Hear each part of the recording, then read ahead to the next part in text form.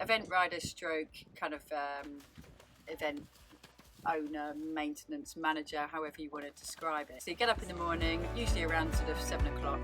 I do work 7 days a week. Tend to do usually have to do some admin work in the mornings, emails, answering texts, some kind of communication. Also, we've got maintenance people here, so organising them, making sure that everything's done ready for the day. That might be the gardens or whatever, or the grass cutting, etc. I ride then generally from 8 till I try to be finished by 1:30 at the latest, and that's like a steady flow. Just keep going and riding with the different horses. Lunch sometimes, and then start coaching in the afternoon. If I haven't got coaching, I've got building courses, changing fences, leveling the arena, all that kind of stuff. I'm quite lucky to have a really good support team at home. I have my mum who helps me while I'm at school. I'd love to go to badminton. I think that is the eventer's main dream, I think, of badminton. I think badminton's probably one of the best events you'd ever go to.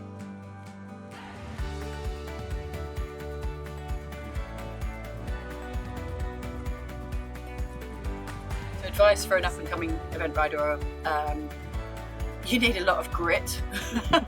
You have to be the passion for riding and for the horses and the ups and downs, and have a very kind of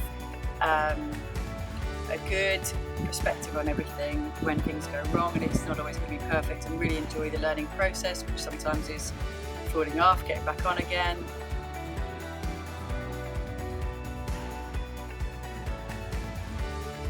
I remember having a horse that was perhaps not the most talented horse, and I'd worked really hard to be able to get him round cross country clear. I think I'd done about 4 runs with him, and I hadn't managed to clear around yet, and I was just about to, I'd only got 2 fences left to jump at home, to a novice and a nice home, and a good place.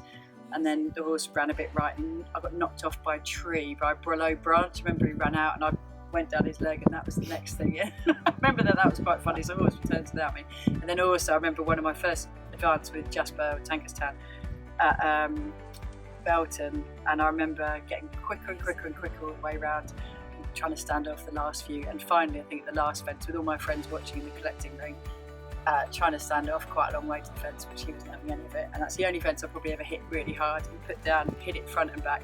I landed in front of the saddle with my legs one side and my head and neck the other side, and he bolted. And the panic with all my friends killing themselves. But I did stay on, and we stayed on, and I